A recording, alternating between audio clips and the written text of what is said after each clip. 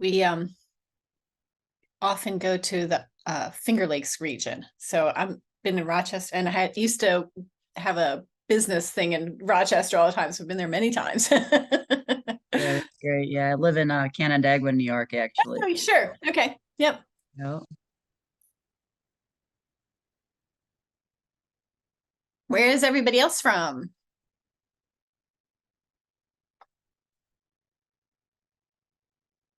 I don't know if people are in. Sometimes people load the Zoom and then go and grab their snack, Got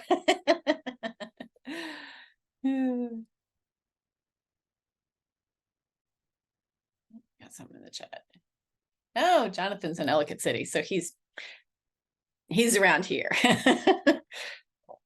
I live in Catonsville, Jonathan, so I'm really close to you.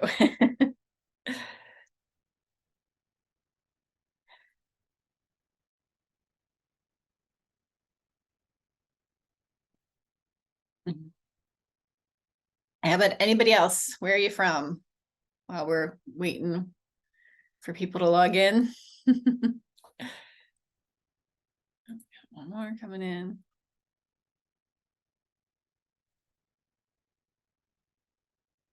I'm actually calling from Venice, Florida. Oh, wow. Nice.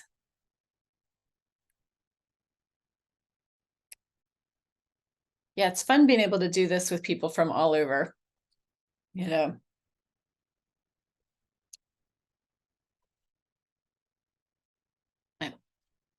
You might as well. If it's on Zoom, you might as well have other people in it from anywhere, So how's Ignite been so far?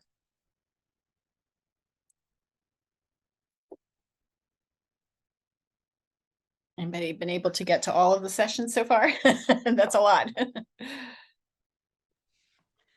right, I guess I'll jump in. Thank you. I did the first three sessions, but I missed actually all three sessions last week because I was working with I'm a new agent. Yeah, Just so you know, so I've been in the business about 6 weeks, but I did get my good. first client and have my first three land lot listings. So I missed Ah, class last week due to yeah, working with my coach to uh forms and things like that. So yeah. unfortunately I had to miss last week, but I'm jumping back in this week. So There you go. Perfect. I was wondering where you were, Catherine. yeah. So you guys, I've been hustling, you guys. So That's That's a awesome. good reason. yeah. Yeah. Yeah. So Very good. glad to be back. Glad to be back. Yeah, good, good, good, good. Well, that's great. And we do this every quarter, so it'll be back again. And, Oh yeah, I'll hit up those three classes. I've already got them highlighted. I'll Whenever they're offered again, I'll hop on with those yeah, three that I yeah, did miss. But I'm yeah, hoping that I can finish out the rest. But my coach was like, you know what, you need to focus on this client and get this paperwork done. And so, because I was all freaking out, I was gonna miss these classes. But she's yeah, like, it's all right, you'll be able to hit them up. right. So Exactly. anyway, jumping back in this week. So Yeah, yeah. That's good, that's good. that's my story for you. Awesome. Well, one more person coming in. Okay. Well, let me just go ahead and I'll introduce myself and we'll get started. And so my name's Kirsten Sitnick, and I am at the Towson, Maryland office, which some of you are from that are joining here from my office. I'm one of the coaches at our office. I'm also our Market Center tech trainer. So I'm teaching all the command classes. I'm an agent in production. I've been licensed since 2010. I've been in real estate. I started out with the auctions in 2008, but got my license in 2010. Done a bunch of transactions in that time. And I'm also a labs advisor, which means that I'm one of the people who beta test command before it goes out to the general audience. So I get to fool around with command and try to break it and, give some input on what to change about it and things like that. So that's super fun. So I wear a bunch of different hats, and I'm just excited to be here for Ignite working with buyers. So before we started, people were kind of introducing how long they've been in real estate or where they're from or anything. So just there's enough of us here that it's okay if you want to jump in anytime, just unmute and talk with, we'll just do it like that. Has anybody been, I know you said 6 weeks, right, Catherine? Okay, great. How about everybody else? How Yes. long have you been in real estate? I think I signed with Keller Williams the day before this class started, so I think the 11th or the 12th. Wow. Okay. Yeah, newly joined. Good. I see John there online. John hasn't been here too long, right? Yes, I'm driving. Oh, you're driving. Yep. That's totally fine. No worries. Hi, I was just gonna say, I've only had my license since July, but I've been a market center administrator for 2 years. Oh gosh. Well, that gives you a big step up, doesn't it? We'll see. Yeah. I bet it does. I bet it does, because you've been, picking stuff up the whole time. Definitely. Has anybody started working with a buyer yet? No. Okay. All right. Good. All right. I do have the chat up in my other monitor. However, I'm really bad about noticing it. So if you put something in the chat and I don't seem to respond, it means I just didn't see it. So go ahead and unmute if you can. I'm going to put my name and my cell phone number in the chat in case anybody has any questions later. I'm happy to help out at any point. There we go. Okay, cool. All right. Well, so today is Win with Buyers. So we're kind of getting into the next section of Ignite. You've so much of what you've been doing already is on, generating, like first it was just a whole bunch of stuff about just your career, like the day in the life of the agent, what all of that is about. And then you did a bunch of things on lead generation. And then you had some classes on lead follow-up. So those are kind of the first 3 sections. And now we're all the way onto the 4th section, which is really in the transaction. So what we're talking about today is win the buyer. Next session tomorrow will be win the seller. So that's kind of nice that they're one right after the other. So really just be focusing on buyers mostly today. And it's really likely that a lot of people, their first transaction is a buyer. So, some people get lucky, got a land listing, can't, that's great. How did you get that lead? Catherine? Actually, a friend of mine, it's a friend of a friend's Good. boss, if you will. So Yeah.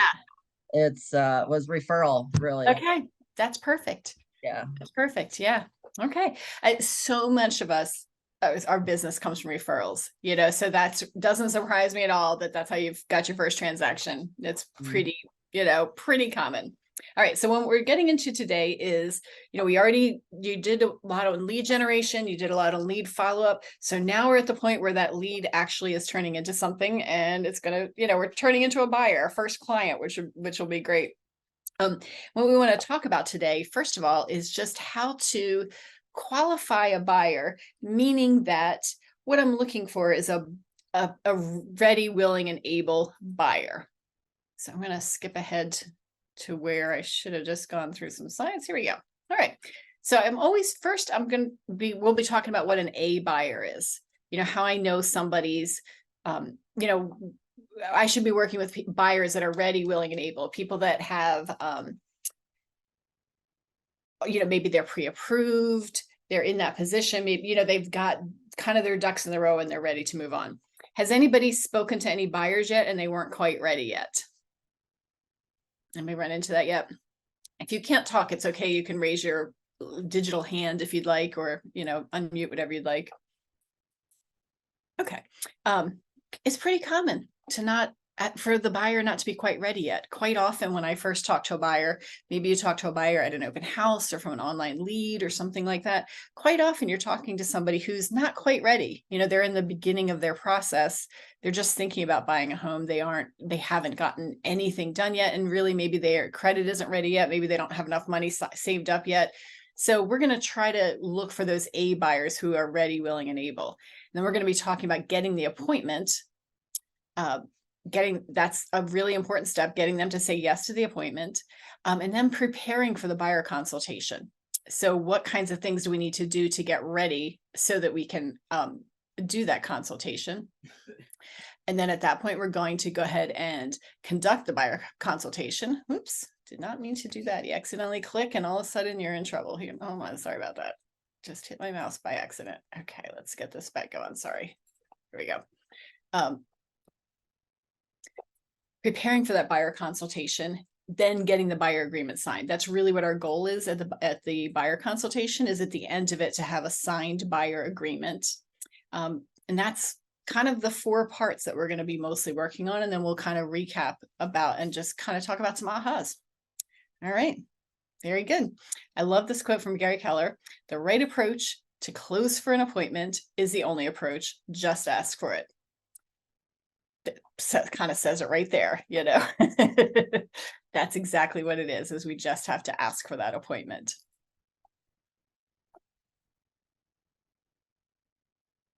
All right, so let's get started. So we started out by capturing some leads, right? Maybe they came from an open house. Maybe they came from some online source. Maybe the lead was from a referral. You had a friend, you had a coworker, something like that. To this lead could be that. Once I capture that lead, the first thing I'm going to do is put it in command. I already told you that I'm the Market Center tech trainer. Use command at a pretty high level. That's what you want to do right away, is put it in command. Has anybody, if you have any trouble using command, reach out to your Market Center tech trainer. You have my cell phone number if you need it, if I can be of help to you. Anyway, first thing I want to do is put it in command. And then once I have that person in my database, I want to go from a lead into a contact. All right, and you've seen this diagram before, but a lead is a person that I'm in one-way communication with. So I'm sending them text messages. Maybe I'm calling them and they're not answering the phone. Maybe I'm sending them, Facebook direct messages, whatever it happens to be. Once I'm in two-way conversation, then that lead is called a contact. Okay, now I'm in two-way conversation and I'm trying to just strengthen that relationship with them so that I can convert them into a buyer. And then at that point, it kind of loops around, right? We go through that whole transaction. We sign a buyer agreement with them. We look for some homes. They buy a home, and then they're in our database. And then eventually, maybe they'll buy another house, or maybe they'll refer us to somebody else. So it's sort of that whole kind of cycle that we're looking to go through. So this is the buyer service cycle that kind of all of us go through. So the lead turns into an appointment. We prepare for our appointment by getting together whatever we're going to be handing out to that buyer, probably some kind of buyer guide, some kind of, there's a nice thing in command that you can use. And then I hold the buyer consultation where we find out what the buyer's needs are, what their buyer's wants are. We find out how prepared they are, go over the process with them. And then step 4 is to find a house, right? And right now, anyway, not everybody is from Maryland, but those of us in the, in my Towson office, right now, it's not the finding the home that's tough. Right now, we're having trouble with actually getting our offers accepted because there's so much competition. I don't know if anybody else experiencing that in their market. I see Catherine nodding. Yeah, it's the same way here, of course, as I'm hearing elsewhere, too. Just the competition is insane, and the drive up of the prices of the housing is just for being a new agent, it is kind of blowing my mind, just realizing that. So yes, it's happening too. Well, you know what? In real estate, whatever it's like now, it's not going to stay this way. It's just always changing. So, you'll get to a different market soon enough. Yes. Yep.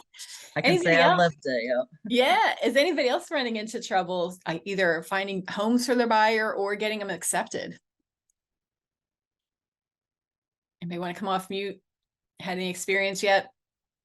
You might not have had any experience yet. You might not have had that happen yet, but right now in a lot of areas like where I am, agents are having trouble because their buyers offer, they're presenting the offer, but it's not getting accepted. There's 18 offers and theirs isn't the top one. And so then they're having to keep trying. We are seeing people eventually get a house, but it just might take a little while.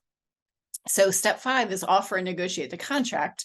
So that might mean at the very beginning, just putting out the best offer you can. Like, what can you do to make your offer stand out amongst all the others? What are the things that you can do to present yourself in the buyer in the best light? And then once it gets accepted, then there's more negotiation, right? So even we agree on a price, maybe we're negotiating about the inspection, maybe something happens with the appraisal. So there's a lot of negotiation that goes on, contract to close, to get it to the point where we actually have keys, we close the house, and then we have a whole system to stay in touch with those people after the settlement date. Okay, so that's sort of the overall buyer cycle that we go through. You're going to be coming back to some of these things. We're going to be really talking about the beginning of this process right now, this buyer consultation. Later on in the later sessions, you'll be talking about the rest of this cycle. So we're just going to kind of do just that one little section of that today. Okay, any ahas so far? I haven't gotten very far yet, but the slide's here, so we'll stop. I'd love to have some just comments, anything you want to add. Or Catherine's always on the spot talking. Well, anybody else who wants to talk, please do, because she's going to be tired. So we'll start off by talking about that A buyer. So when I have an A buyer, that just kind of means that I have somebody who is ready, willing, and able to do business pretty soon in the next couple of weeks. Like, they're ready. They want to talk to a lender. They want to go look at houses. A lot of them aren't like that, right? A lot of the people that I run into, probably you too, if you've gotten any leads, is a lot of times they're not ready yet. They've got to work on their credit a little bit. They've got to save up some money. So I'm going to still keep nurturing those. That's in my lead follow-up. But once they're at that point where they're ready, I'm going to start by doing a couple of things. And you're going to have a buyer consultation. Some people call it that. We're starting to call it a buyer strategy session in our office, which we kind of like. So I want to schedule that. And I also want the buyer to talk to the lender. So those are sort of the two things that I'm doing kind of at the same time. For me personally, I kind of could do either one of those first. And it really just depends on the situation, which one of those I'm doing first. There have been plenty of times where I've met with a buyer first just to chat, just to look at houses, just to go over the process. We get a buyer agreement signed and they haven't gotten pre-approved yet. Sometimes it's the opposite. Sometimes, I connect them with the lender right away and they get pre-approved, and then we go ahead and do the buyer consultation. So it's really kind of, everybody's going to run their business a little bit differently. Either of those is fine. Some agents don't show any houses at all until they have a signed buyer agreement. Some agents will show a house or two before they have a signed buyer agreement. Again, that's also something that's up to you, in your business, how you want to do it.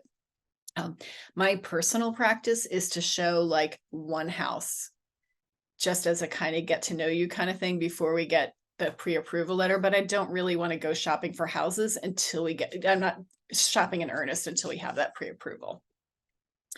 Okay, so once we have somebody who sounds like they're ready, willing, and able, right? I'm going to connect them with the lender either before or after. That's kind of up to you how you want to do it.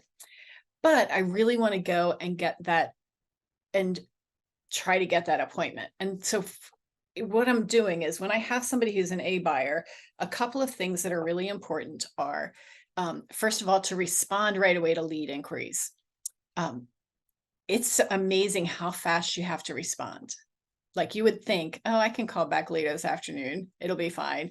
No, because what's happening is, if that buyer, if you're seeing them online, if it's an online lead, they're searching in a lot of places and there are a lot of other agents calling them. And quite often they're going to go with the first person that calls them. I don't tend to see buyers.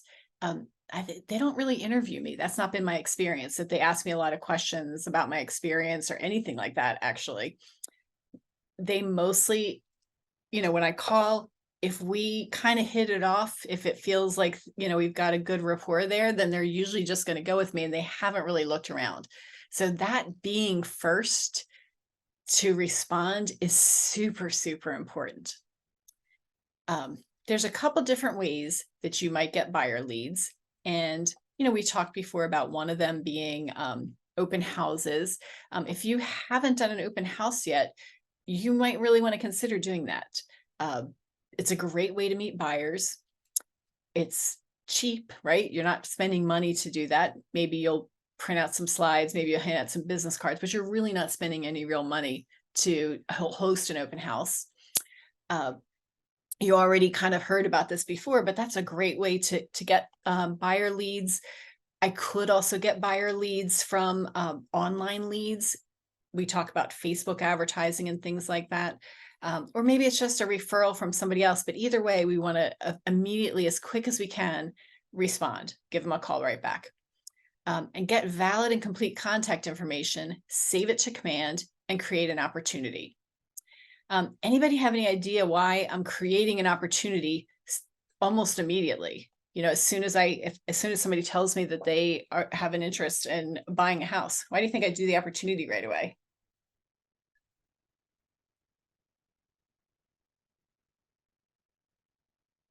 Any ideas? Well, when I create an opportunity, that puts this person in this thing called a pipeline.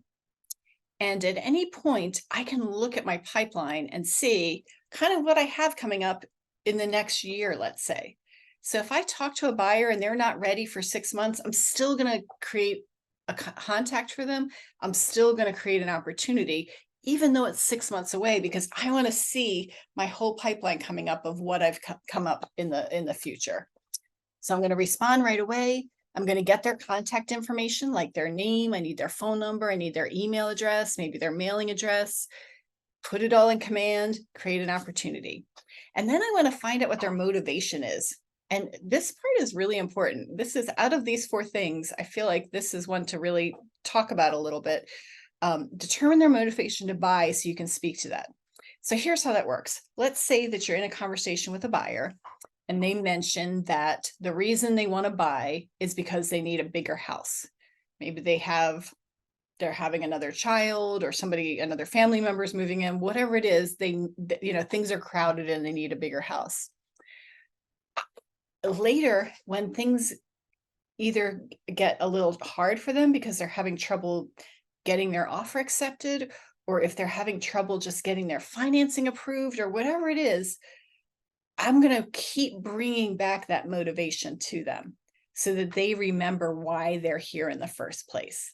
So I want to know what their motivation is so that I can say later, remember, I know how important it is for you to get a bigger house. So, and just use that as my segue. I'm going to constantly mention whatever their motivation is.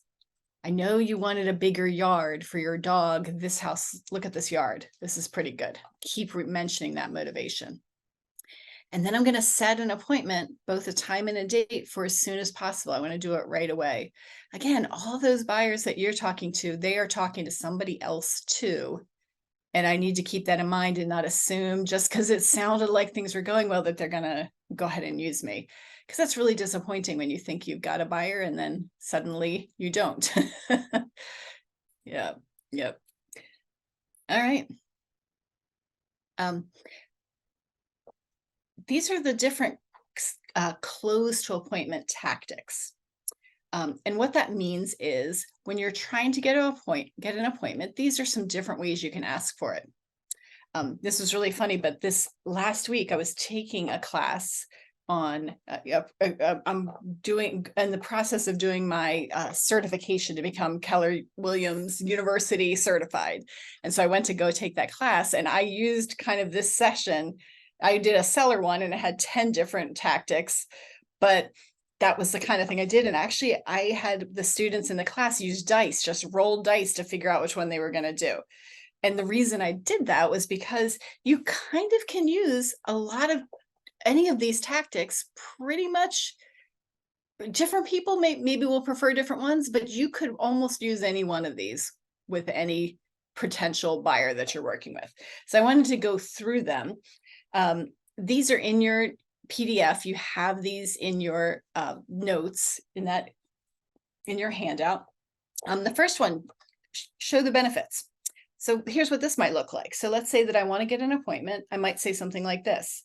If spending 30 minutes with me could save you hours of time and thousands of dollars in your home search, would that be of benefit to you? Great, let's meet.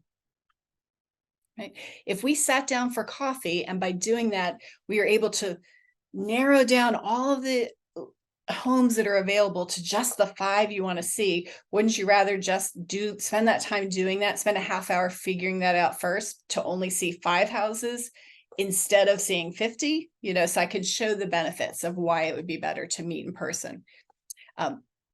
You kind of have to do that because a lot of buyers want to just right away go start looking at houses rather than just sit down for a minute and have kind of an overview first. The take back close would be something like, hey, I've enjoyed talking to you. To be honest, I don't know whether I can be helpful or not, whether I'll be a good match for you. But I'd love it if we could meet and just find out about that. How about we meet tomorrow? So it's sort of like I'm kind of taking it back. I'm not going all in that I'm available. I'm taking that back a little bit. Or the negative positive close would be something like this. Would you be offended if I asked if we could meet and go over this on a little more detail? I'm free tomorrow. What time works for you? Okay, so that's that one. Give them what they're looking for. Okay. Information on interesting comparable properties. That's what that is. Yes, let's meet at my office. I can give you the specific details about that house that you're asking about and about similar ones that are in the area. What time works for you? Okay, so the thing they're looking for is info on houses. Give them that as part of the appointment.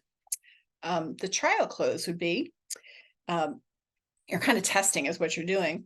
Can you see how receiving a list of all the new homes in the market in your price range would help you in your home search? Great, let's meet.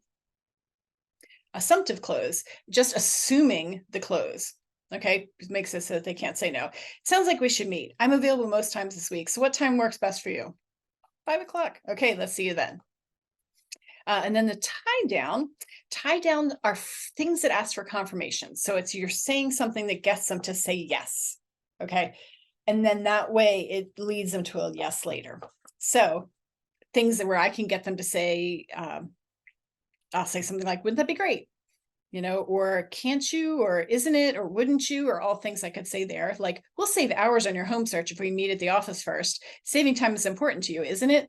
Yes. Great. Let's meet.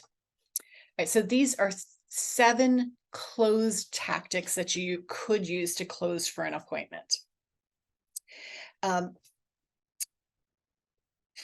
You would think, I think a lot of people think that buyers want that appointment right away, but most of the time they don't. Most of the time, my experience is that when they talk to you on the phone, when they get you on the phone, they just want to go see a house. But we're going to waste a lot of time if we do that, right? So if somebody calls me and says, their price range is 300,000. They want 3 bedrooms, 2 baths. Here's the area they want. And I find some houses and start showing them. I'm going to waste a lot of time if I haven't met with them first, because I won't have a really clear picture on not only what they're looking for in their house, but why. And then that makes it so that I'm going to show them a lot more houses than I need to. Having that appointment makes it so that I don't waste a whole lot of time. Can you give an example of the take back close again? Sure. Yes. Thank you for that. A take back close is sort of where I'm kind of offering something and then taking it back is really what it is, that they might not be able to get it. Something like, hey, I've enjoyed talking to you. I'm not sure if we'd be a good fit for each other, but why don't we meet and see if that works? So in other words, it's like I'm sounding like I'm kind of not sure if we should meet, or like that we'll be a good fit for each other. Okay. Does that make sense? Does that answer it? Okay, cool. Yeah. I tend not to use that one. for whatever reason, that's like not in my. Yeah, I probably wouldn't either. That's why I was like, wait, Yeah. what did she say? Why would I say that? Yeah. What it absolutely means. Right. I know. I think it's kind of funny, but I'm willing to try it, like, and it's sometimes you just try it and it works, right? So it's good to just have that in your pocket and just try it sometime. Yeah, I was in this class I was teaching last week. I was making them use whatever clothes they used by rolling the dice. So they roll the dice. I actually bought 10-sided dice and I had 10 potential closes, and they had to use the clothes that they rolled. Not only that, but you might have to use more than one of these, right? So here's what's probably going to happen to you is you're going to want to make an appointment with the buyer, and they're going to give you an objection.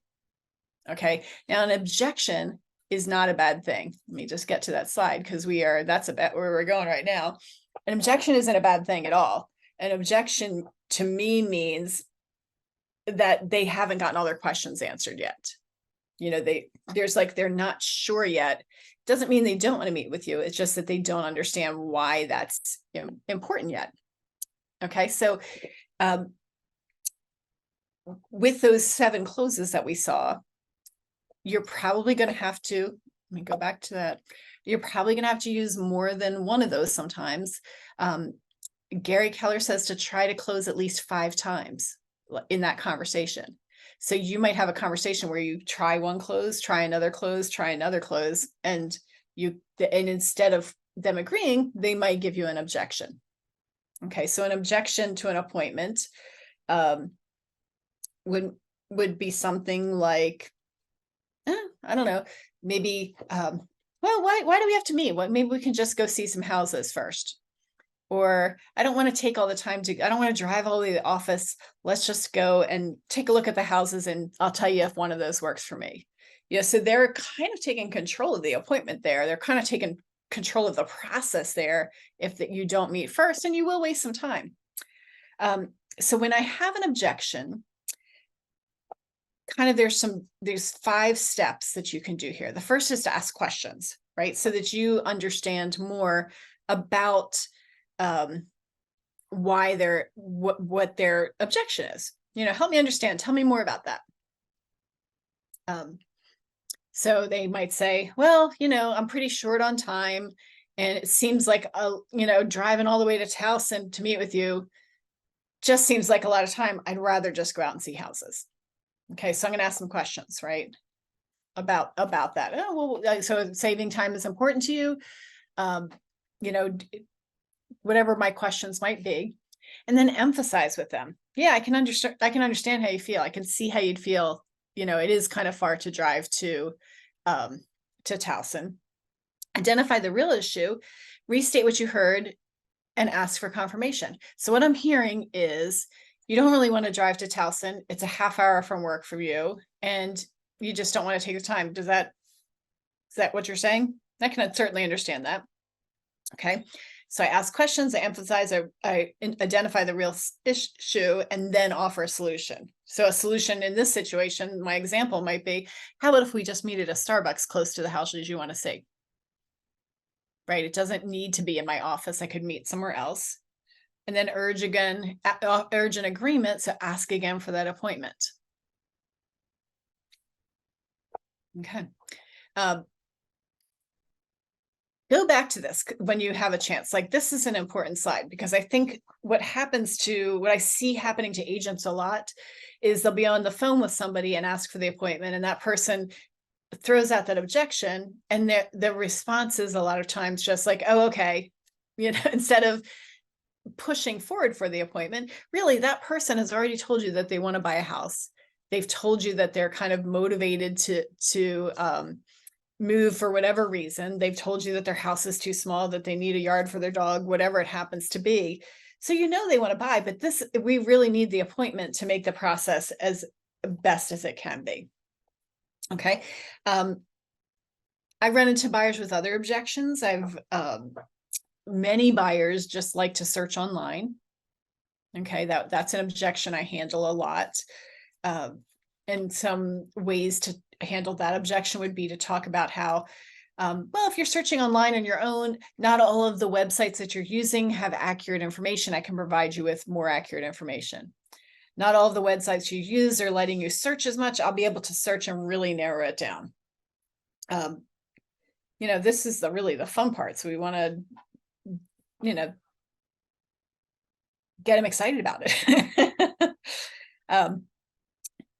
Your participant guide has a lot more objections to it that are in there. I would definitely take some time going through those because, it really does make a big difference. Does anybody here have a partner that they practice conversations with? If you don't, that would be a great idea to find somebody in your market center that you can practice with. Or you can meet somebody here. Maybe they're in a different state. You can do this over the phone. So it really doesn't have to be somebody local. We like for people to practice. If you practice 15 minutes a day, that's going to make an enormous difference. And this would be a great thing to practice, is have one person be the buyer and throw out an objection. And then you get to practice saying, whatever you would say to that objection. I think it would be great. All right. Kirsten. Yeah. Where's this located at? And I do have to say this. I think that makes all the difference in the world. Because that was one of the main things as far as buyer presentation, and even trying to get the buyer to even have an appointment with me, because I was like, I have no idea what I'm going to say when they say this. And for some reason, I feel like, and I know I'm not the only one, but I always feel like I'm the only one that gets some of the, I don't want to say craziest, but some of the toughest buyers and sellers. I feel like I'm always getting the ones that, you're like, well, they're going to say this, they're going to say that. I'm the only one. I feel like I'm the only one that gets that, and I have no idea what to say. Yes. Thank you, Dawn. Thank you for bringing that up. Yeah. I mean, and buyers will bring up all kinds of things. So you're going to hear new objections all the time. So I hope that you'll bring them to the coaching. Like we have at our office, we have a weekly coaching meeting on Thursdays at 11. That would be a great place to bring that objection. A great place to it. Other people have. And also, a lot of times we pair up for script practice. Well, we don't use the word script anymore, but just to practice conversations, and I'd be happy to connect you with another agent if you want, Dawn, and just so you have somebody to practice with. Okay. Yeah. I just, and where's it at in our, in the participant guide? Oh, okay. I got you. Yeah. Yeah. You Okay. have it in that PDF. You have all of those in there. Okay. That's what I've been looking for, that for years. Yeah. Not at Keller Williams, but I'm just saying, I've been looking at that because, like I said, it makes all the difference. Because even though sometimes you may not get someone that will say, well, why should I hire you as my agent? Yeah. Even just them thinking it, and you showing that you're confident, even if you're not. Yeah. But knowing how to respond, it just makes a total difference. Yeah, absolutely. I have a buyer that I just talked to yesterday, and it was so funny because she does not want to meet with me. Okay. Does not want to get pre-approved. And, I met her first when she responded to a Facebook ad. So I've never met her in person, talked to her on the phone a few times, email, text, all that kind of stuff, but never met her in person.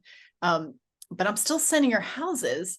And at one point, I don't know, she's just never been wanting to do anything. And finally, last week I said to her, I know you just want to see houses, but I got to tell you, you're going to see a house and you're going to love it. And you haven't done your paperwork, and then somebody else is going to get it. I put it that plainly to her.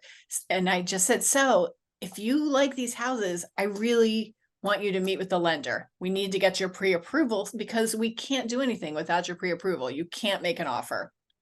And so finally she's agreed. Actually, tomorrow I'm supposed to call her and then call the lender, and she's ready. She's willing to talk to the lender, but I think it's been like a month now trying to get her to talk to a lender, an entire month. So you know, but I wasn't gonna start, I can't do that. I can't just because she wants to see houses without a pre-approval doesn't mean I should give her what she wants there. It's really not the best way to do it. It's going to cause problems for her later, and it's going to waste a lot of time for both of us, you know? So how long do you go before, because I had class today and they was talking about that as well. Yeah. How long do you go before you, and what do you say when you, I mean, I know you just said what you said, Yeah. but if she still wants to look at houses, when do you as the agent say, enough is enough, or how do you say I that? haven't shown her any houses yet.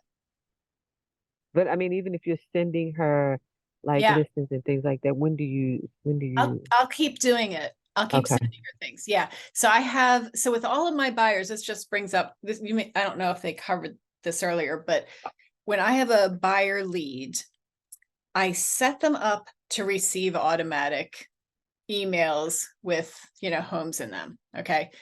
But what I also do is I will, on a regular basis, either, weekly, a couple times a week, depending on how soon we are for that buyer, I'll email, or not usually email, usually I'll text them or call them with a particular house that I think they would like based on what I know about them. And once I've had a buyer consultation with them, then I really know what they are looking for better. But even before that, I can do the same tactic. So with this lady who would not meet with me, what I've been doing is I'll just send her a text or I'll call her and say, hey, did you see 123 Main Street? That one looks like it matches what you're looking for. And I'll just do one house. And then she'll say, oh, that one looks pretty good, and then I keep doing that. I keep sending her one house that I think will match what she's looking for. And so then last time she liked the house and I said, I got to get you to talk to the lender. We need to get you pre-approved because somebody else is going to buy this house and because your paperwork's not done, So we're finally getting there. But yeah, it's a process. I'm glad you brought that up. Thank you so much for saying that because it really is a process and sometimes it takes a long time. Right, I got you. Yeah, but not always. There's the buyers. You get the great ones that are so easy where it's like you talk to them, they're ready to talk to a lender, they get pre-approved right away, you were moving on. That's kind of the nice, when it goes nicely, that's how it goes. But it's most of the time there's some objections, but that's okay. An objection in my mind is not that they don't want to do it, it's that they don't understand. They have to ask more questions. There's something missing. And like this example that I was using, she didn't understand why it was important. And she didn't care about the part about wasting time looking at houses. To her, that would have been fun. So that wasn't going to work. But the thing that worked with her is you're going to lose the house. Somebody else is going to get it because we can't make an offer without your pre-approval. So that one's working with her. So then once I actually, okay, any other comments before I move on? Because I don't want to see if anybody else wants to say anything about that. I'm happy to stop there. Anything else? Okay, dokie. All right. So let's say that somebody finally agrees and we're meeting together, on Saturday at 10, whatever. Now I'm going to prepare for this. I'm going to prepare in a couple of ways. So first of all, one thing that I personally do is I do a lot of confirming the appointment. I kind of over confirm the appointment. And it's just because sometimes people don't show up and that's really frustrating when you've gone to all the trouble to prepare and you're ready and you set aside time and everything. And then they don't show up or they're late. Right. So I'm going to confirm the appointment in a couple of different ways. First of all, I usually send a text right away just because I want to make sure that we both understood the same thing. I have had times where I thought we said one day and the other person thought we said a different day. So if I send a text with, whatever it happens to be, what's today, Wednesday, September 27th at 2 p.m., I'll put all that in there, and the location wherever we're meeting, just so there's no confusion. And then I'll call even the day, I'll call depends how far out in advance we're making this appointment, but I'll usually call the day before, make sure we're still good. And then I usually send a text about an hour or two before the appointment.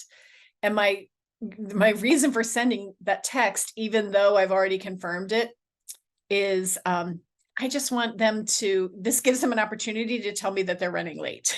That's really what it ends up being. So, and I'll do this with showings as well. So if I send a text, see you at the Starbucks in, wherever at 2:00, then it gives them a chance to say to me, oh, I'm running a little late. Could we do 2:30? I would rather them tell me that so that I can use my time better. So I'm going to confirm the date and time. I'm going to confirm the location. Just for safety reasons, it's best to have your buyer consultation in your office or in some other public place, like a coffee shop that's close by, something like that. That's a really good place to hold a buyer consult, especially if the person doesn't live close to your office. You don't want to make them drive all the way to your office. Just meet somewhere close to them. Best not to just go to their house all by yourself. And then the other thing I want to do is make sure that everybody who is a decision maker is going to be there at the appointment. And decision makers might be people who are on the deed, right? So it might be a couple and both of them are going on the deed, both of them are going on the loan, so they're both decision makers.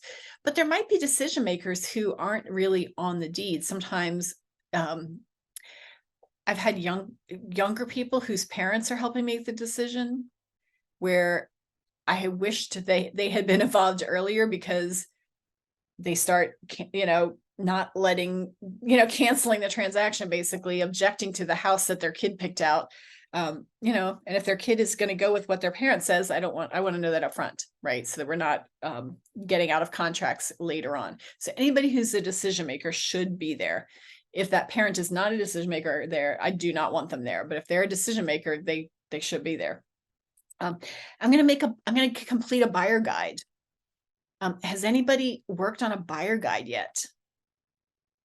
No, probably not. If you're a new agent, so you probably haven't yet.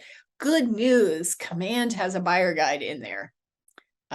If you're in our market center, I do a 12-week Command series. The whole thing starts over again tomorrow. So you want to be there tomorrow at 1:00. But part of my Command classes is we do have one of the weeks is where we do a buyer guide as part of our class. If you guys are in another market center, you probably have something similar in your market center, or there is really good information on how to do it in Connect. And I can explain how to do that if anybody doesn't know. But we need something to hand to that person. We're going to go in depth on what is in the buyer guide. I need to bring with me a buyer agreement, right? I want them to sign that buyer agreement, so as part of the appointment. I'm going to need to bring with me any other handouts that I might use. So I personally have a handout that I use that kind of goes over the whole buying process that I really like. So anything that I might want to hand out. And I want to bring a lead sheet with me that has kind of you probably have seen this in your office. You have one. In our office, we have one piece of paper where it reminds you what things to write down, what things to ask that buyer. And then I want to get the meeting space prepared. And that meeting space might be virtual. I've done a lot of my buyer agreements, I've consults I've had to do over Zoom. With COVID, I did a bunch on Zoom. Just for other reasons, sometimes I have people who are, out of the area or something like that, and we'll do it over Zoom instead. And that works too. Any comments, questions? I have a question. I don't know if I missed it because I'm multitasking with my 5-year-old. Yeah, no worries. Yeah. So when you were giving your example, I'm sorry. When you were giving your examples of objections and things like that, you were kind of just like, okay, hey, well, let's meet tomorrow, or can you come in on this day? Yeah. How far out do you prepare your appointment or like your consultation? Like if I meet someone, I'm like, oh, okay. Yeah. They're trying to work for a brand new agent. Yeah, that's okay. Don't worry about it. No worry. When you're a brand new agent, give yourself a few days. Seriously, because there's so much to get together. And it might take you a minute to get everything prepared, right? So at first, I would give yourself a few days because of that. Once you've gotten your things together and you can do it pretty quickly, then I'm going to do it as quick as I can. I'd rather meet sooner rather than later. So it'll more depend on what their schedule is and what my schedule is. But gosh, that first couple of ones, if you haven't prepared your buyer, if you don't know all your documents, you don't have your packet together and everything, I don't want you staying up all night, getting this thing together. But once you've done it, there's no reason not to do it as soon as possible. Now, I'm glad you asked this question, because here's another thought. So sometimes I had mentioned before how sometimes I have them talk to the lender first, right? So what I'll do in that first phone call is I might schedule our buyer consult. I might schedule them talking to the lender, and I might even set aside some time for us to go look at houses when we haven't even picked out the houses yet. Right. So today's Tuesday. So let's say I talk to somebody today. I might, in my conversation today, say, well, let's meet on Thursday to so that I can understand what type of home you're looking for, so that I can understand what your must-haves are. We can go over the whole process, and let's set aside Saturday to go look at homes. So I'm going to block out my calendar for time for us to look at homes on Saturday. We'll meet Thursday, and I'm going to connect you with the lender tomorrow morning. So I could do all three of those things at the same time. And actually, I think that's a pretty effective way to do it, because then the buyer feels like things are moving. They want to see houses right away. Like, that's their thing. They just want to go and start looking at houses. And we've already said we're going to do that. So I'm not like holding back on that. We've agreed we're going to do that on Saturday. But then I've got them talking to the lender already. And really, if they talk to my lender on Wednesday, by Saturday, I'm going to have a good idea of where they stand. The lender's going to tell me either everything's looking good, I should have the pre-approval by then, or the lender might say, oof, their credit isn't that great. I think they need another 6 months to work on their credit. And then I might be canceling those showings, right? Because maybe they're not quite ready yet. Do them all at once. Yeah, that's a good question. Thank you so much. Did I answer everything? Okay, good. Good. Thumbs up, because we got kids in the background. That's cool. Yep. All right. All right. So here's the things we just talked about. So confirm the appointment date and time, confirm the location. Again, that's going to be a public place, or your office are great places to do that so that you can meet with them. Ensure all the decision makers are present, complete your buyer guide, prepare your meeting space, and review the lead sheet. And the thing that's not on this list that I think ought to be on this list is to prepare your buyer agency agreement. I think that should be on here too, because you should be bringing that with you. Actually, for myself, I have buyer agreements in my car. I have listing agreements in my car, all that kind of stuff. I just made up a little packet that goes in my car with me, because you never know when all of a sudden, you meet with somebody and things go quicker than you thought, and you end up writing a contract, or you brought everything with you and you mess something up. It's really nice to have a blank one in your car so you can start over. So think about doing that, but add to this list a buyer agency agreement. That's important to just already have done and bring it with you. All right. You talked before about your buyer value proposition, like what's important for you. What is it that you are doing, to earn your commission? And this is a pretty good list, right? Needs analysis, right? So you are finding out what that buyer needs. What are the most important things? I'll say with that needs analysis, a lot of times buyers have a list this long. I want to find out, like, what are the 5 things that are non-negotiable? Okay.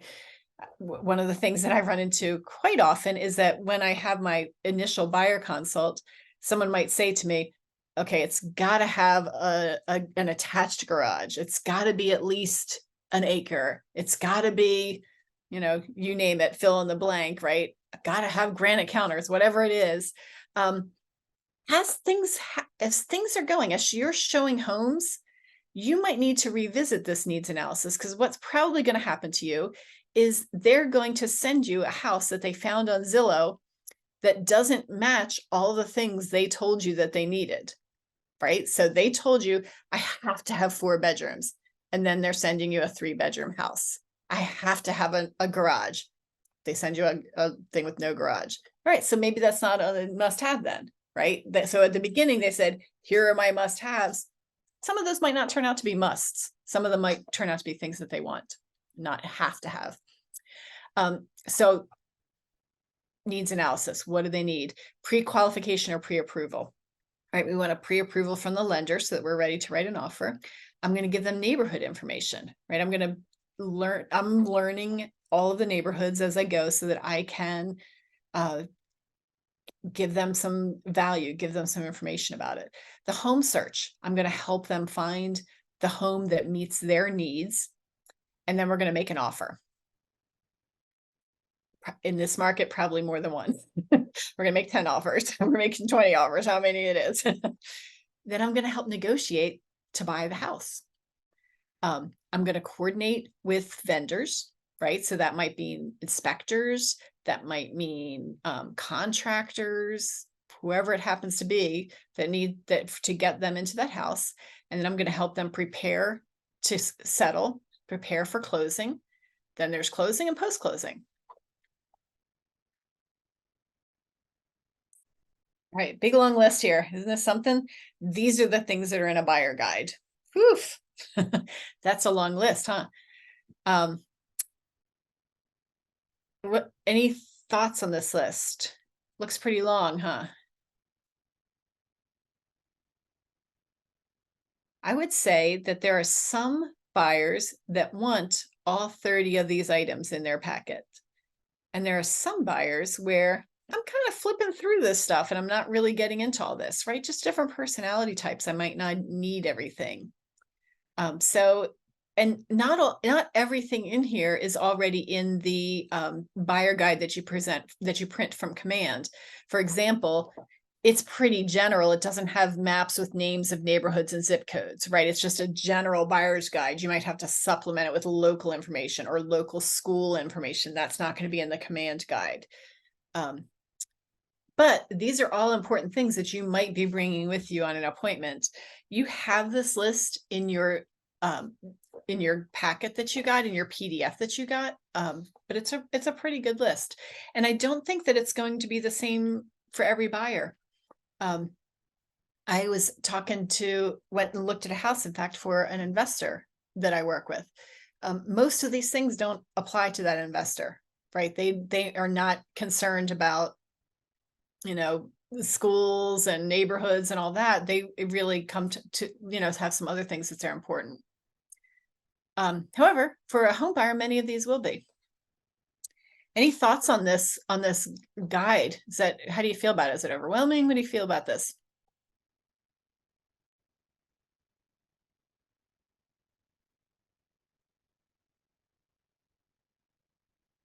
All right, no thoughts, but I'll say this, it's very nice to have it in command, right? To have most of this that you can just print out. So you haven't tried it yet, but get with your tech trainer, whoever that is in your office, and they can help you figure out.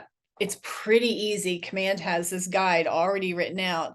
And basically you're just going to open it up and there's a placeholder where your photo goes and your phone number and your name. You put your contact info in it. And then it's editable, so you can change anything else that you don't like about it. But if you just put your name on it and just went with it, it would be pretty good. It's a pretty good guide. All right. Any more thoughts? So, and again, I mentioned this before, but gosh, I print my guide out, but when I get on the appointment, I am very much not going through every single one of these things. There's a lot of buyers who just really want to get to the bottom line, and that's where we go. I kind of take, it's called mirroring and matching, like I see what that person wants to do, like how they're talking, and I kind of adjust how I'm presenting it, because I don't want to go through this whole, entire thing if they're very much a bottom line person. All right. we are coming up on 7 o'clock, so it's about time for a break. But before we do, I'm going to ask you if you wouldn't mind filling out an evaluation for me. I told you before that I am on a process of becoming certified as a Keller Williams University instructor. So if you would, here's just some info about this. I'd appreciate it if you would go to kwueval.com.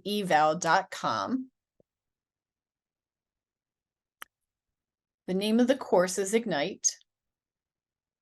You know what your region is, pull your region. This is a virtual online course. The name of the course is Ignite. And then when it gets to the instructor, you're going to choose instructor, not in dropdown, and there's my name right there. Let's take a minute to do that if you would.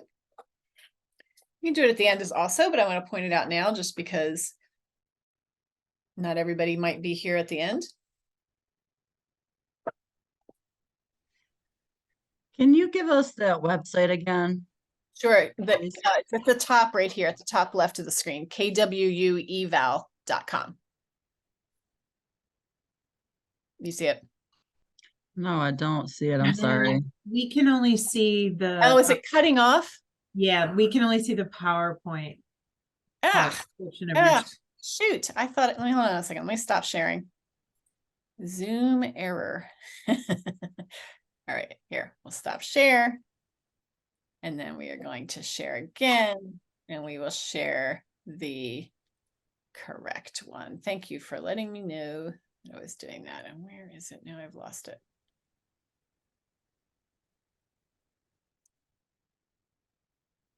Ah, here we go. Okay.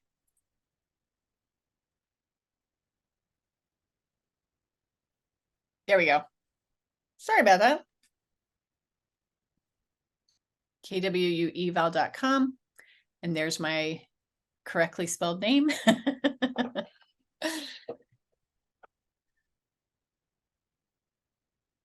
I had a question. Sure. When you're talking about the buyer guide that's in Command, is that in InDesign templates buyer presentation? Yeah. I'm gonna pull mine up right now. Is everybody got that website? Can I pull up my command right now? Mm-hmm. Okay. All right. Let me just go into command. I'm going to go to designs on the left side for the applet. I'm going to click import design. You can actually do create design. It kind of doesn't matter which one you do. Every website is very slow when I'm using Zoom. And when I get to designs, it's especially slow. But I'm just going to pull this up. So I'm going to choose a template, going to buyer presentation. Perfect. Yeah. And these are them. And what's interesting about these is these have, they all have the same text in them, but it's just a different design. The look of it is a little different. So, don't worry about reading through each one. Just pick the one that you like the look of best. And then you can start editing it. You'll see a lot of places where it says Royals, Realtors, and KWDBA name. Those all need to be changed to be your name. But you can see as you go through this, it's pretty well done. There's all kinds of stuff in here that's useful information for your buyer. And what I would suggest you do is open this up and look through all the pages and delete some of them, because it's 30 pages right now. You might not need all of that. And then after you decide which pages you want, go through them and make some changes. Maybe there's something you want to change about it. One part that I really like that I would make sure you keep is this section here that says how buying a home works. Buyers seem to really like this because this goes through step by step all of the things that they have to do. Actually, I'll say this, if you're a new agent, you probably don't know these things yourself unless you recently bought a home. You might not realize that these are the steps, but here they are. Pages 16 and 17 kind of go over all of those steps. Yeah. Okay, thank you. You're welcome. Thanks for asking those. Question, when you edit that and delete pages, does the table of contents automatically adjust? It does not. Like the, nope. Okay. It's just plain text. So you would have to, that's a good question. Thank you for asking that. Yeah, it does not adjust at all. You'll have to change that table of contents. Although I'll say this, see, it's not very, like, it's not every single page. So you probably would only have to change this if you deleted an entire section. But you might delete the your neighborhood section or something, and then you would have to change that. You can edit any of this text. So if any of it just is not in your voice, if any of you can edit any photo, any part of this you can. I would recommend just, take some time and do it one time like you want it, that has all the pages in there. And then for each client, you can absolutely make a copy of it and just delete whatever you want and print it out. Some people get these professionally printed and like in, I'm blanking on the word, but where they're bound together. I personally don't. I personally just print one out every time I have a buyer appointment.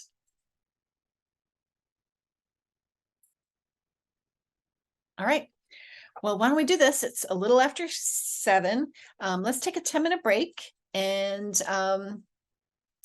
then we'll come back. Just going to give everybody a second to, get a snack, whatever you need to do, and we'll come back in about 10 minutes.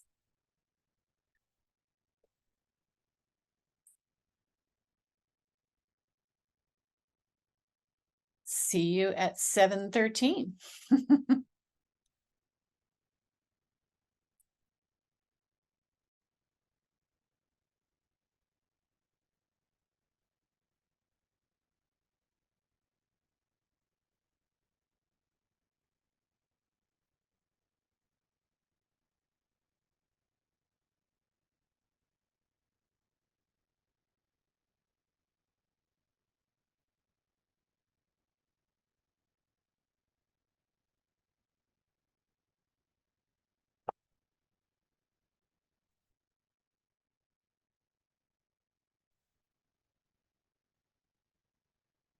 Nice having these in the evenings, huh? A lot more people can get here. I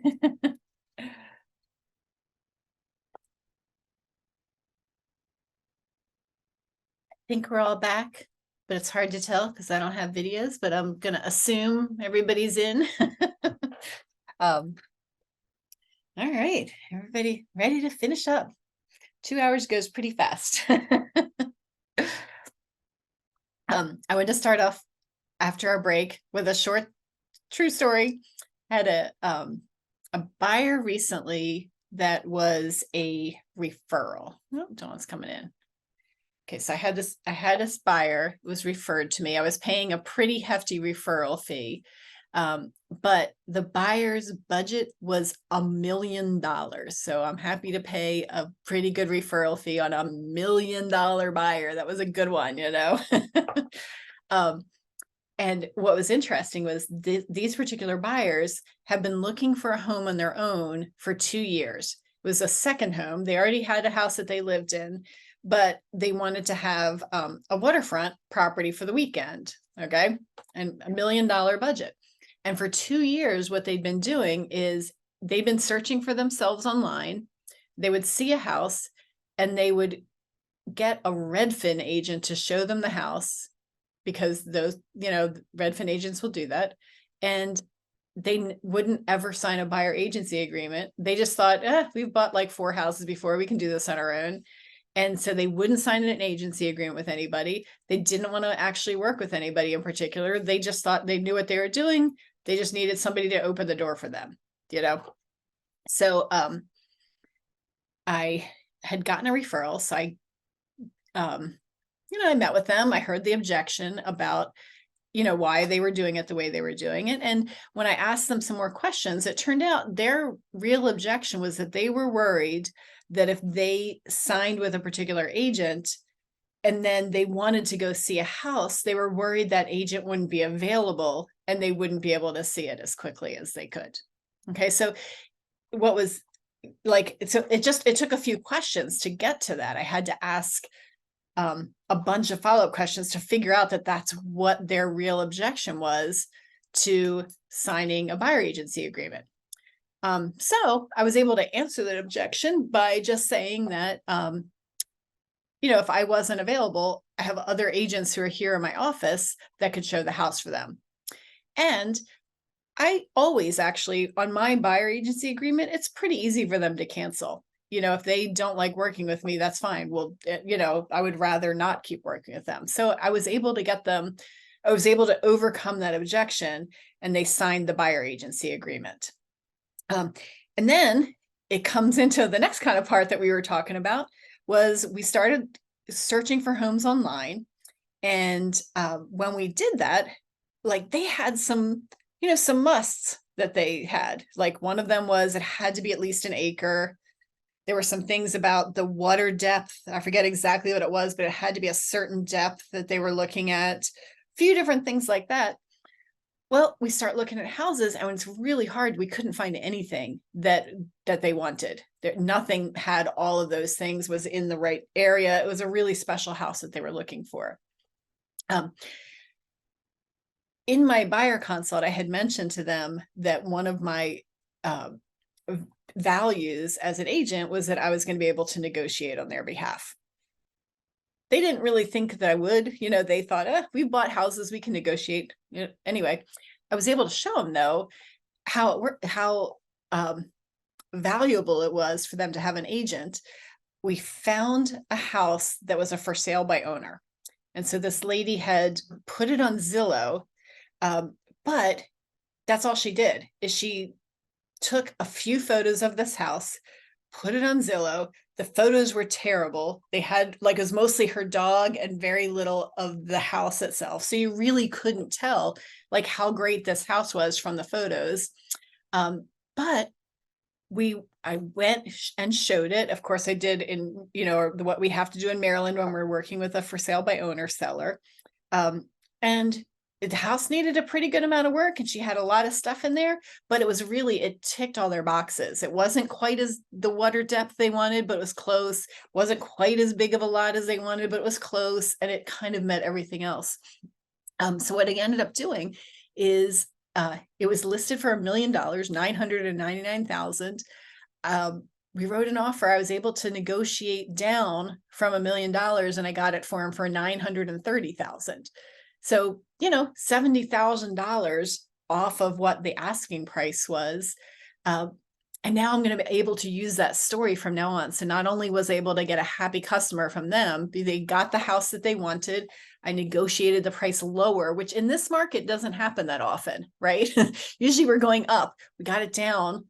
Okay. And mostly that was because the seller was a for sale by owner, and the photos were not that great. And so I don't think anybody else saw this house except us. I think we're the only ones who went to see it because of how bad the photos were. And it was accepted. We've already closed. They got in their house, and they've since sent me 3 referrals after that, because I was able to get them not only the house they wanted, I was able to ask all those questions, find out what was really important to them, get the house that they wanted, negotiate the price down from $1 million to $930,000. So saved them $70,000, happy customer. And I'll keep getting referrals from them, because they were really happy with how that process went. And because they saw sort of the value of having an agent working for them instead of them doing it on their own. It's kind of funny how that works, All right, so we're going to be next going into the buyer guide and just kind of talking about what's in it, what you should have in it, and kind of also what you talk about as you're going through it. Because the great thing about having a buyer guide is this is not only a guide for them, but it's kind of a guide for you during your appointment of what you're supposed to talk about while you're on the appointment. So that's kind of how I use it. So the next bunch of slides that we'll be going through, you could do this in Command too. I'm just going to do it in the slides just because it's a little bit easier, but it would work too if you just wanted to open that up. So let's get this going. Play from, oh, I did not mean to do that. Sorry. I meant to say play from the slide I'm on, and I didn't. Okay. All right. We already saw that the buyer guide starts with the table of contents, and we already mentioned that you know, you could always change this if you wanted. If you wanted to delete one of these things, you certainly could. And again, you would have to go back and change that table of contents if you deleted a whole section. And then it starts out with your needs come first. And this is really kind of setting the tone, right? This is telling them how this whole process is going to go for them, is that we are committed to having their needs come first, right? Finding out we're working based on what their goals are and what their life is going to look like in this new house, what their motivation is, what's wrong with where they're living now, what they need to change, right?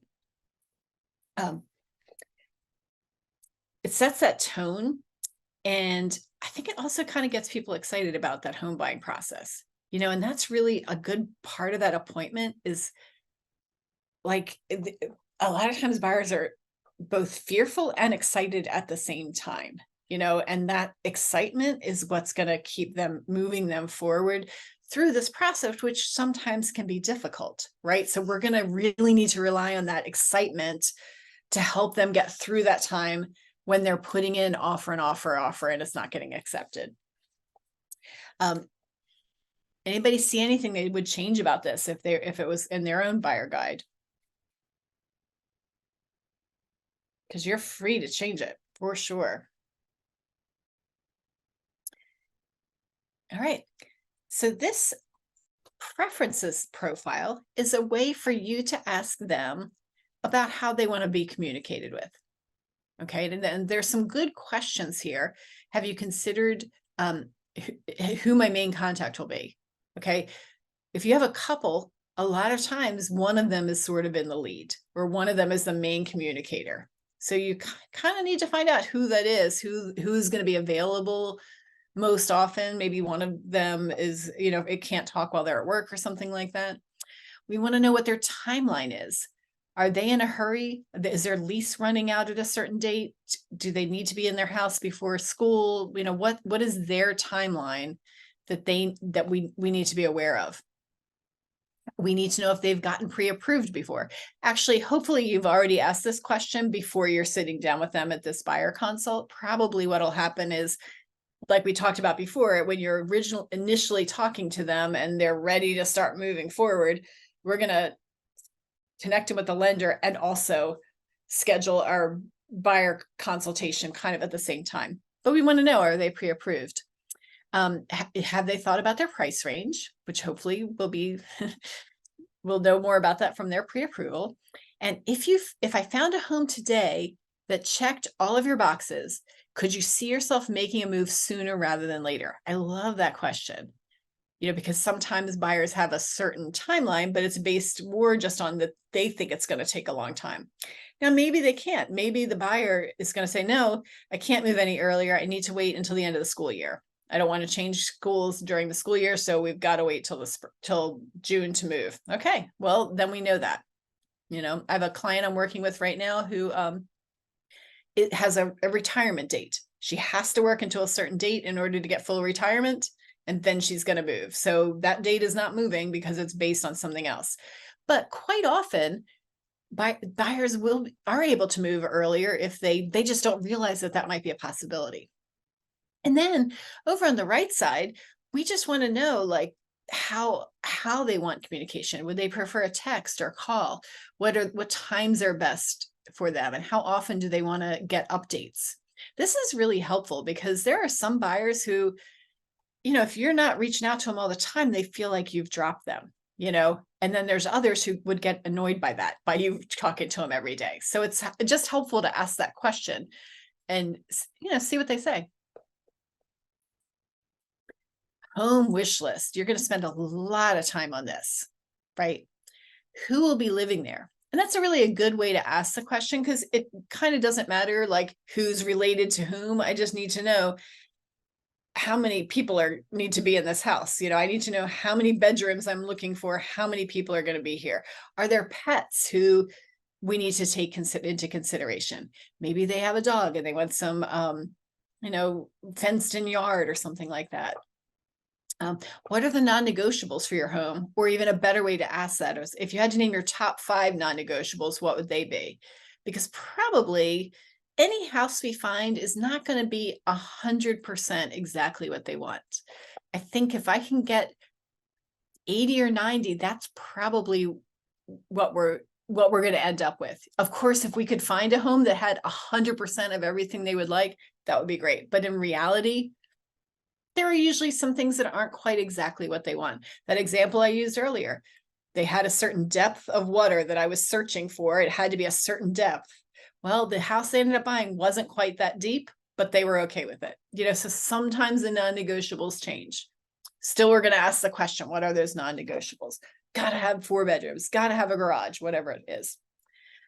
Beyond your top 5 needs, what is something else you really need, right?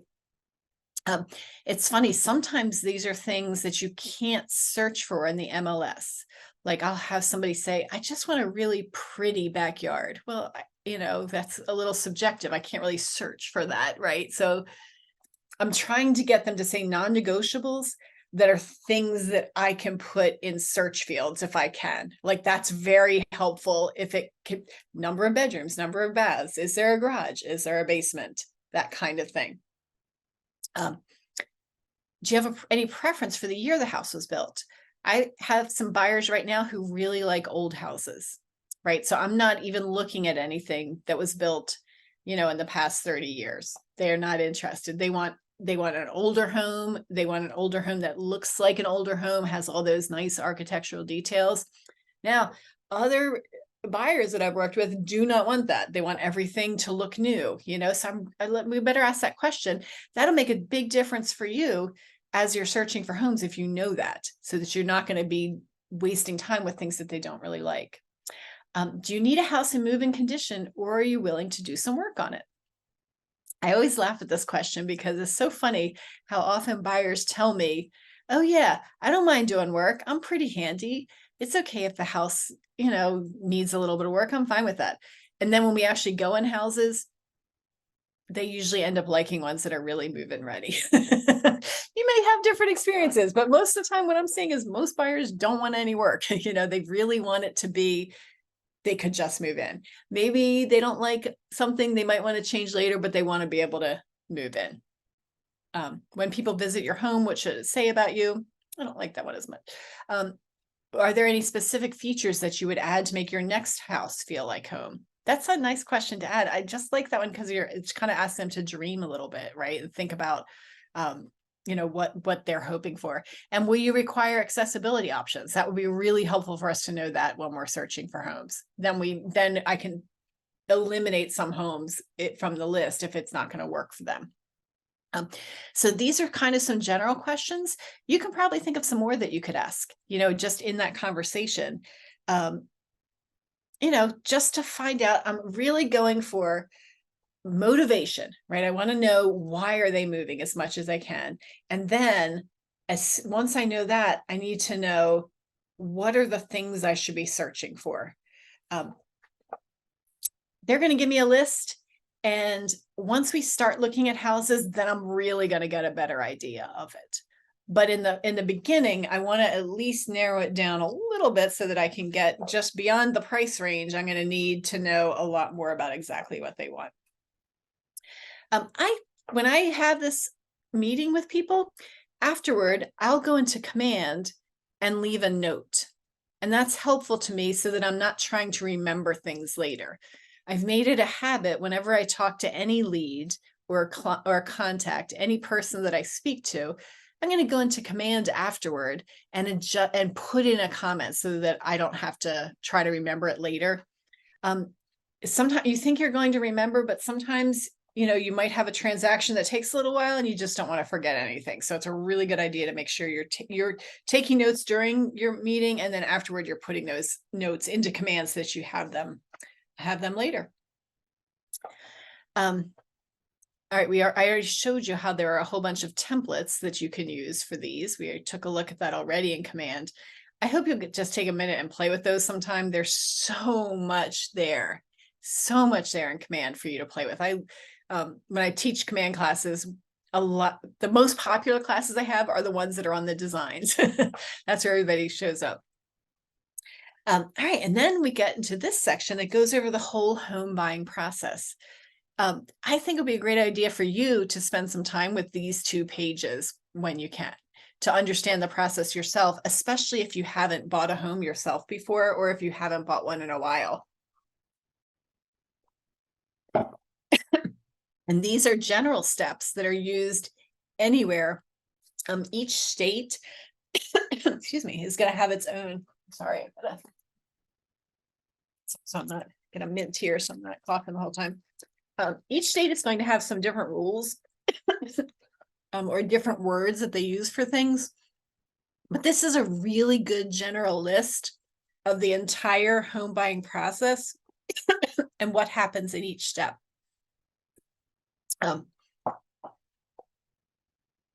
You'll be covering this process a little bit more in depth later, so I'm not going to go into it too much right now. But I would say this. I want to make sure that whenever I hit a milestone, so when I'm done number 1 or done number 2, done number 3, I'm going to point out to them back in this guide, okay, we were looking at this guide, we're now on step 4. You know, we did it. Here's our whole thing. I feel like this makes buyers feel comfortable to see this. So I spend time with this, with the buyer, to make, because if I'm doing it with them, it gives them an impression about me that I already know what I'm talking about, because I'm explaining to them what their whole process is. But more importantly, it gives them confidence in the process, because they can see, here's everything I have to do. I kind of have an overview of what my whole process is. I sometimes tell buyers that buying a house is just a series of tasks, one task after another, and it's my job to remind them about which task they have to do next. You know, that it kind of comes down to that. There are some really nice things online too that I found that have like a visual, more graphic representation of this whole process. I really like one. There's a website called Breakthrough Broker. They have a lot of paid things there too, but there's a free one there that's a buyer guide that has just the whole home buying process. I like it a lot, and it lets you customize it and put your picture on there. It's called Breakthrough. I'm going to put it in the chat. Breakthrough Broker. I'll have to come back to that because I lost that window. Okay. All right. Any questions on this process before I go on? Because this is a lot on this one.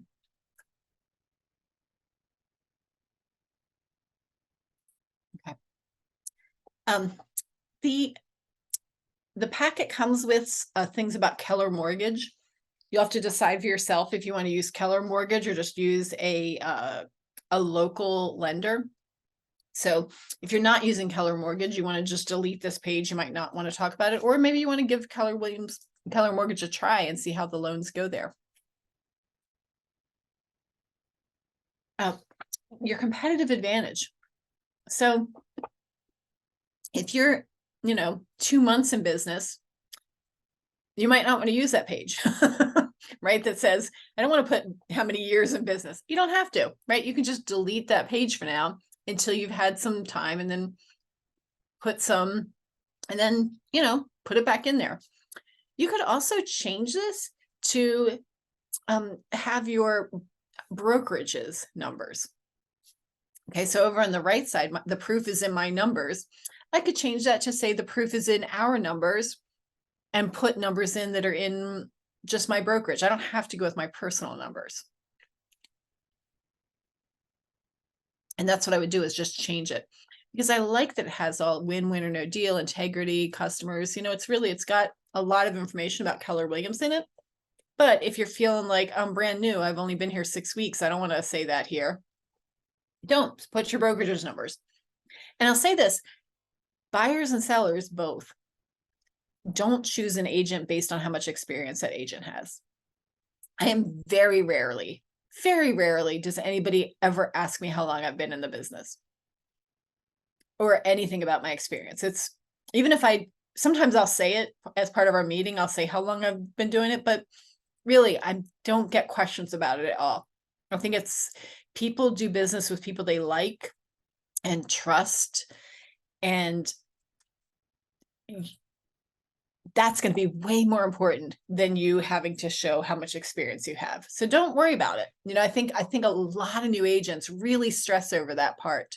And in reality, the buyers don't realize at all that you haven't been in business that long. Use your office to help you become confident, practice with other agents in your office, and it's probably not going to matter. If they like you and they think that you and that they are both very similar, they're going to choose you based on that, not based on your experience. So I don't want anybody to stress over that at all. Any ahas on that part?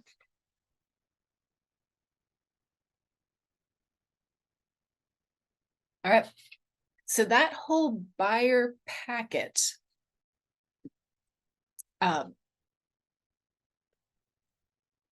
super, super important for just having as a guide. Let me just go back to, I'm going to go back to this whole table of contents. This is kind of my guide. Okay. This table of contents, this is the structure of an appointment. I don't have to like remember exactly what I need to do when. This table of contents is kind of telling me what I should be talking about in the order I can be talking about. I can first start talking about their dream home. What is their dream home? What do they want in a house? I can then talk about any of what their preferences are. Oh, I need 3 bedrooms. Oh, I need a garage, whatever it happens to be. I can then go into what neighborhoods they want to do. Maybe we'll talk about the schools they want to be in, what neighborhoods they like, what neighborhoods they don't like, what's close to where they work, that kind of thing. Then I'll go about buying 101, right? I'm going to go over what the whole process is. Here's what we do first. Here's what we do next. The next step is go through the whole thing. At your service talks about what I'm going to do for them. And my promise, I don't have it in front of me, but I'll hopefully go to that page at some point. The promise is to talk about what you're going to bring to them, and that you're going to promise to deliver a 10+ experience, and that you're going to ask them at the end of that for a referral. And then the glossary section is for reference. You don't have to use that during the appointment. That just contains some definitions of terms that they're going to need to know later.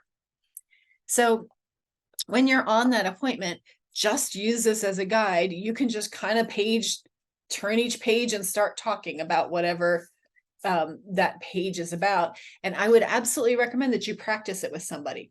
So somebody else in your office, maybe you take turns, maybe you each do a buyer presentation for the other, kind of go over the whole thing.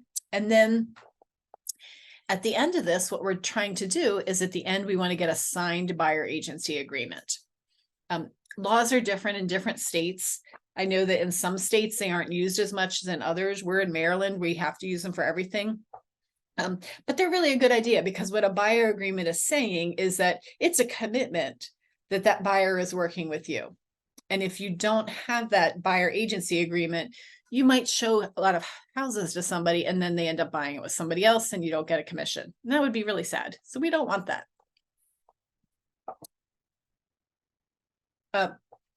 No one asked this yet, but I want to bring it up. You may have heard something about buyer love letters. Has anybody heard about those?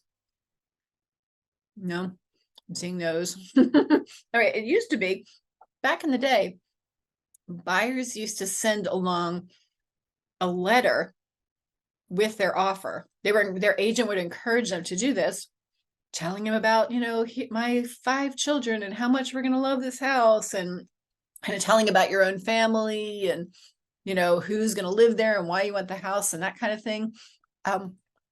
Those are not acceptable to use anymore.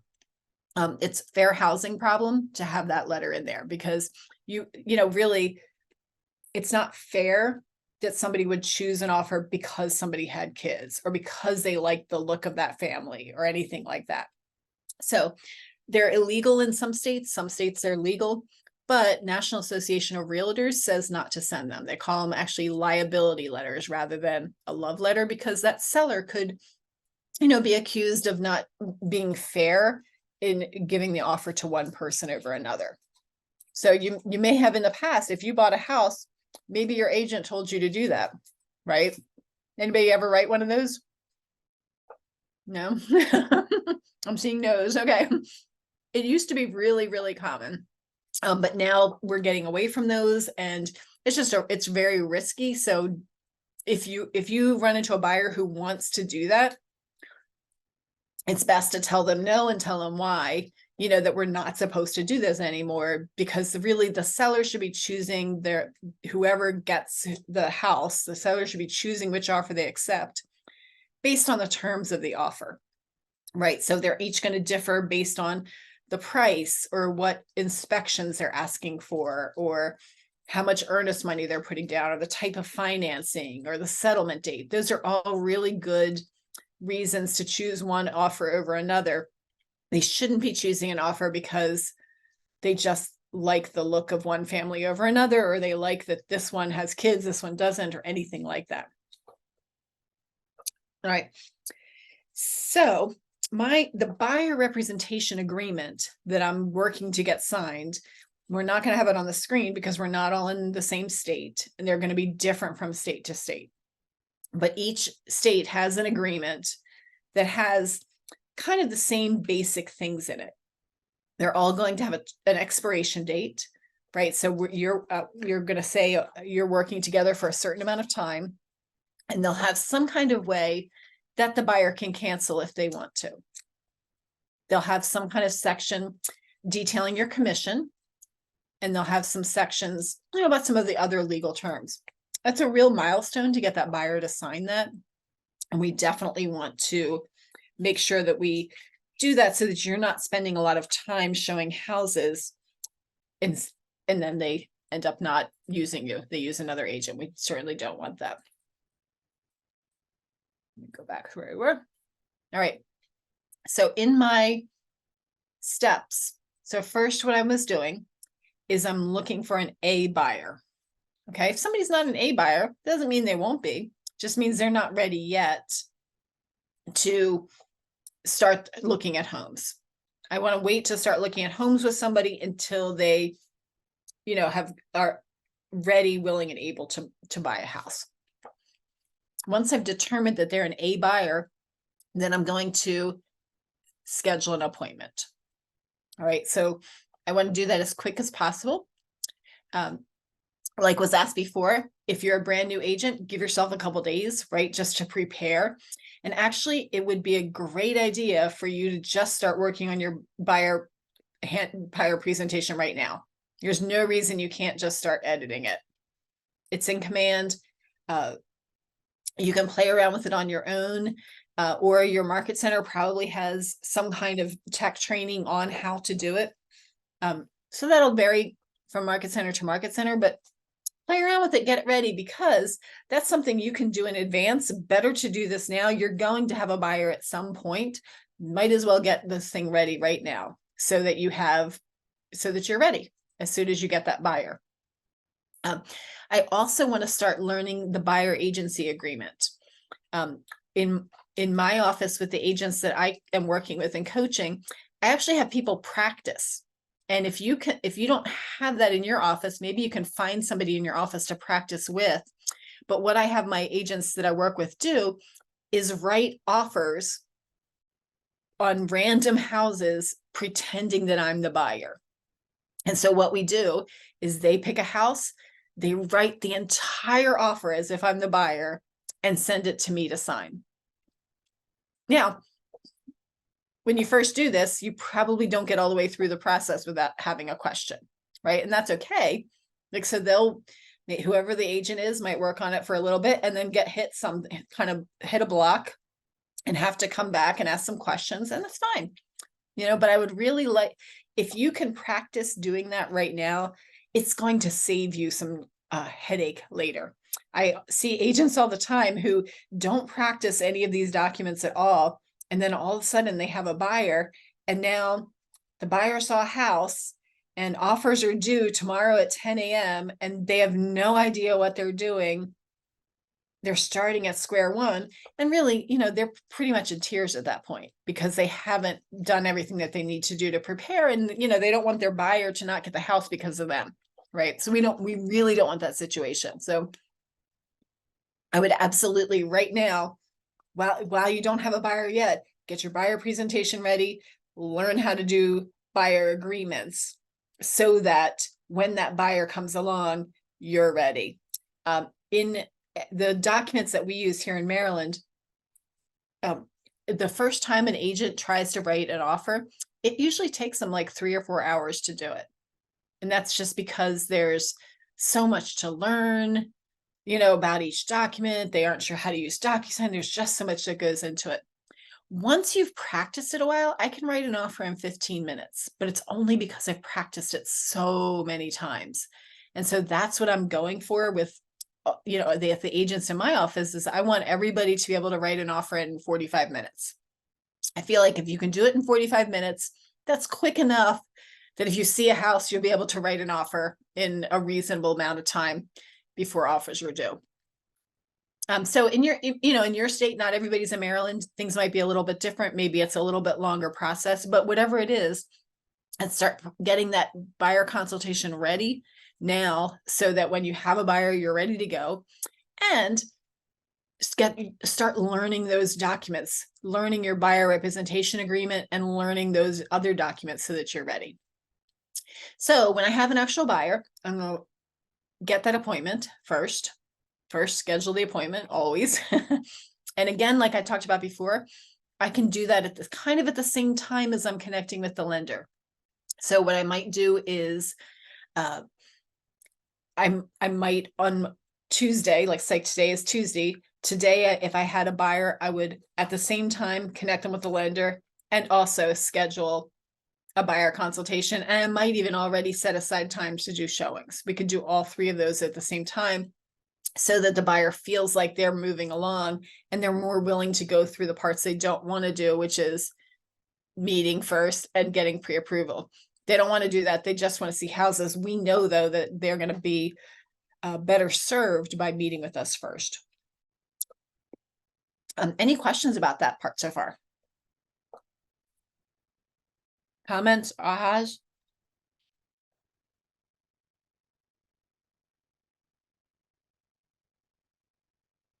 Okay.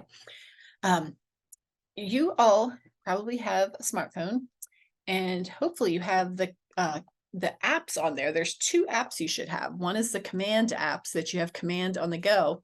And the other is the consumer app that you can share with your customers and clients. I wanted to point that out because in the command app, that same buyer guide that we looked through when we were looking at that printed thing, there's a very similar thing in the command app. And if you can get your buyer to use the command app, not only will they have an overview of the whole process, but it's a great way for them to search for homes. If they heart a house in the command app, you'll see it in your command.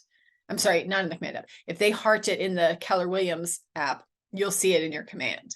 If they can schedule, they can really communicate with you about houses using it. So I would absolutely recommend, that you just try it and see if that works for them. I'm sorry.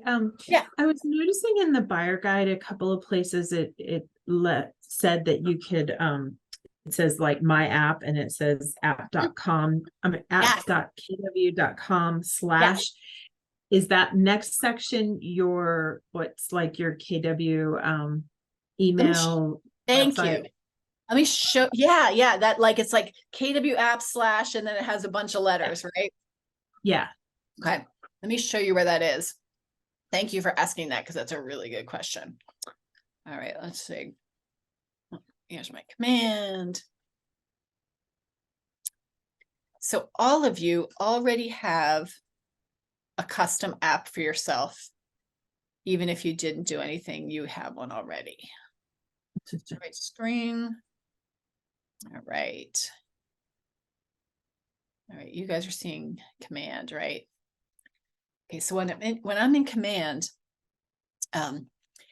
the bottom applet is consumer. And you, by the way, if you haven't noticed it yet, you actually already have a website that's already made for you and you can click on it to get to it there. I want to tell you that websites are changing right now. You may have seen something about that. So check in with your office about that. They're changing quite a bit, and it's going to be kind of cool. But the question was, how do you get to where you can see the what your link is? So one of the places is if I click, let me just go back to where I was so you can see this thing that says site and app settings. If I click on that, where is it? Oh, URLs, there we go. And then click on URLs. Here's my personal app code. And you have one too. And yours will be different than mine. And the reason each of us has a different code is here's what happens. Okay, here's an example. Let's say I'm at an open house and I'm talking to a potential buyer and they don't really want to give me a lot of information.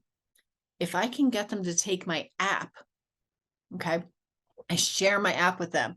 I can either copy this link, or even easier, you probably can't see my screen, but let's see if you can. I'm just going to pull up the command app on my phone.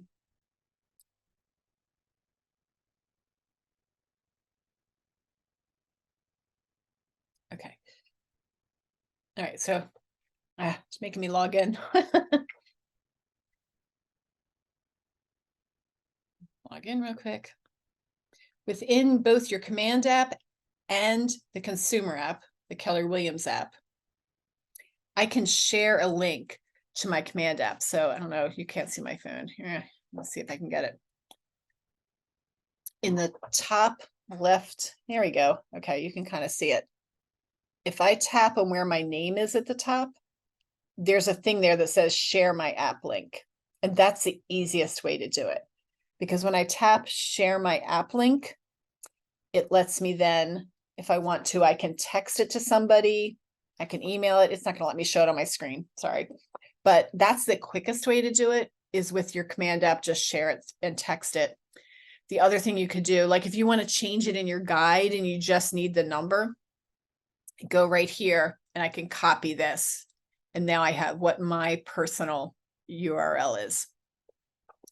So in real life, here's how this works is, let's say I'm at an open house and I share my app with a potential buyer. So I say to that person who came to my open house, hey, I've got this great app.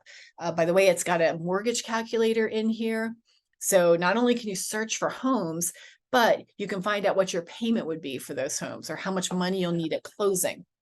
So if they take my app, when they log in, it gets their phone number and their email address and will automatically put them in my command. So if you share your app with somebody, they start using it, their contact info, they'll show up in your command, and everything that they do in that app, you'll be able to see in their contact. I have an example of that. I'm going to pull myself up in command. This one's me. I was recently, you can see a whole bunch of emails. I was doing this last time I taught it. Okay, here it is. So do you see how it says my favorite listings? This is what it looks like in your command if somebody favorites things. I was doing that in a class to show people what it would look like. And what's great about that then is that you can kind of see, what houses they're looking at, what they like. And sometimes you're going to find it really differs from what they told you they were looking for, but that's good to know if what they told you isn't quite exactly what they're looking for, then you'll be able to find out.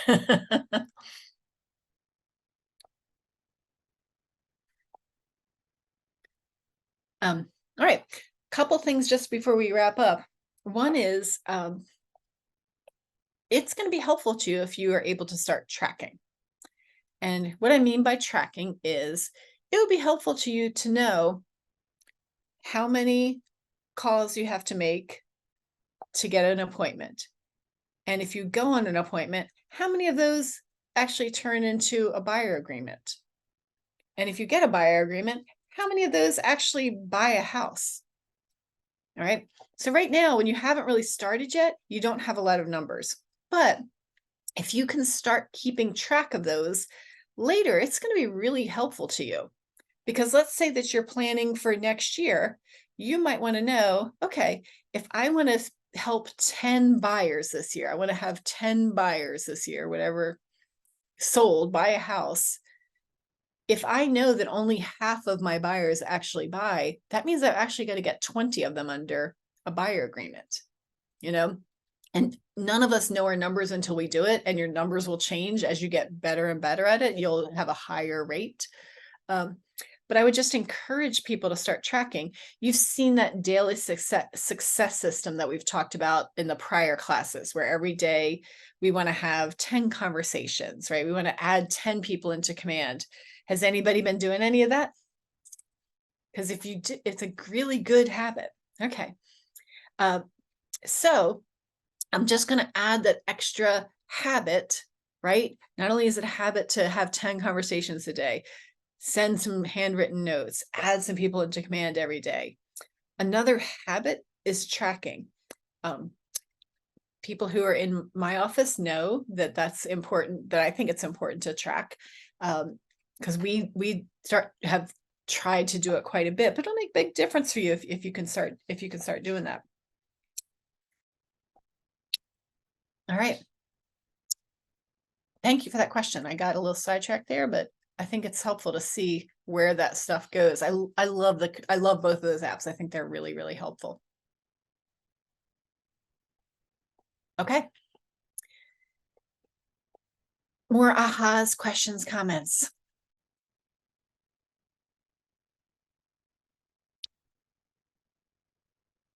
All right. Well, gosh. It's hard having the 6 to 8 p.m. I guess you're all everybody's tired. But thanks for coming tonight. Tomorrow you get to meet with Alana with working with listings, which is great. A lot of what you did tonight will be sort of the same kind of thing, where you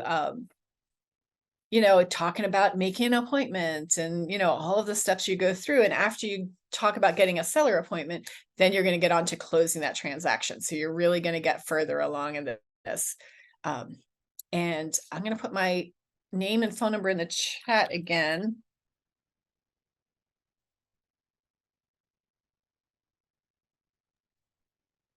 Could you throw your email in there too for us?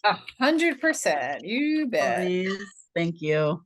Putting it in right now. Hold on a second. Everyone. Okay, there we go. Yeah, I'm happy to help out however I can. Hey, and it was nice meeting people from all over the place. Yes. Super fun. Super fun to see agents from all over.